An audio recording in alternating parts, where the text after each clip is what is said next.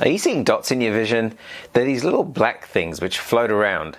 Sometimes people notice them when they're looking at a bright background like a white sky or blue sky, and sometimes against a computer screen.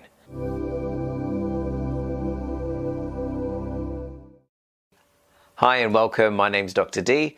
I'm here to guide you through to better eye health. Welcome to the Natural Eye Doctor community. This is where we're going to learn and share our best ideas to help each other to get better eye health.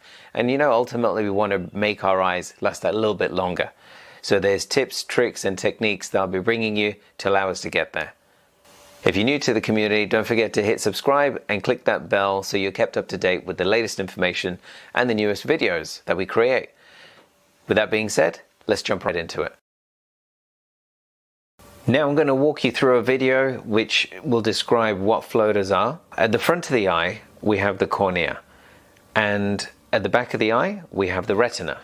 Now that back of the eye is attached to the optic nerve, which sends all those nerve impulses from the eye straight to the brain. Also, you've got the lens inside the eye. The lens is normally, again, nice and clear, and it allows the light to pass through it.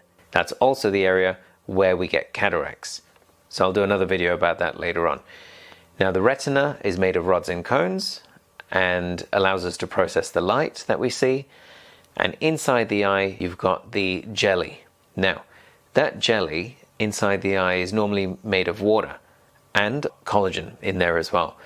Now that jelly is stuck to that back of the eye. Think of it as being stuck by cells, like glue cells. And that glue, with time, unfortunately becomes a little bit weaker.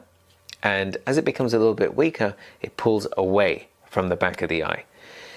And as it pulls away, it also pulls those glue cells with it. And so now what you've got is, as the light enters the eye, that light now comes through the lens and through the vitreous, but hits those cells. And it casts a shadow onto your retina.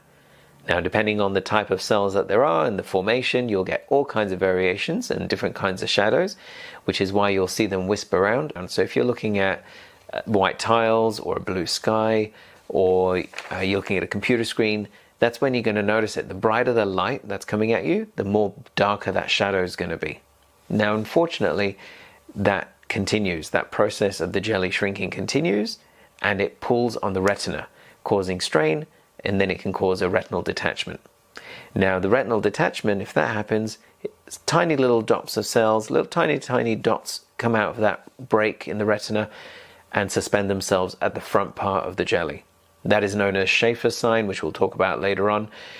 Now, as that retina also flops down from the top or from the bottom, or whichever area it is, as that retina flops, it casts an even bigger shadow on the back of the eye, and you get like a curtain veil coming over.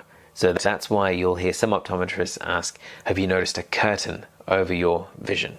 Yeah. Thanks for joining me today. I hope you got something of value. Remember, stay optimistic, stay positive, and I look forward to seeing you on the next one.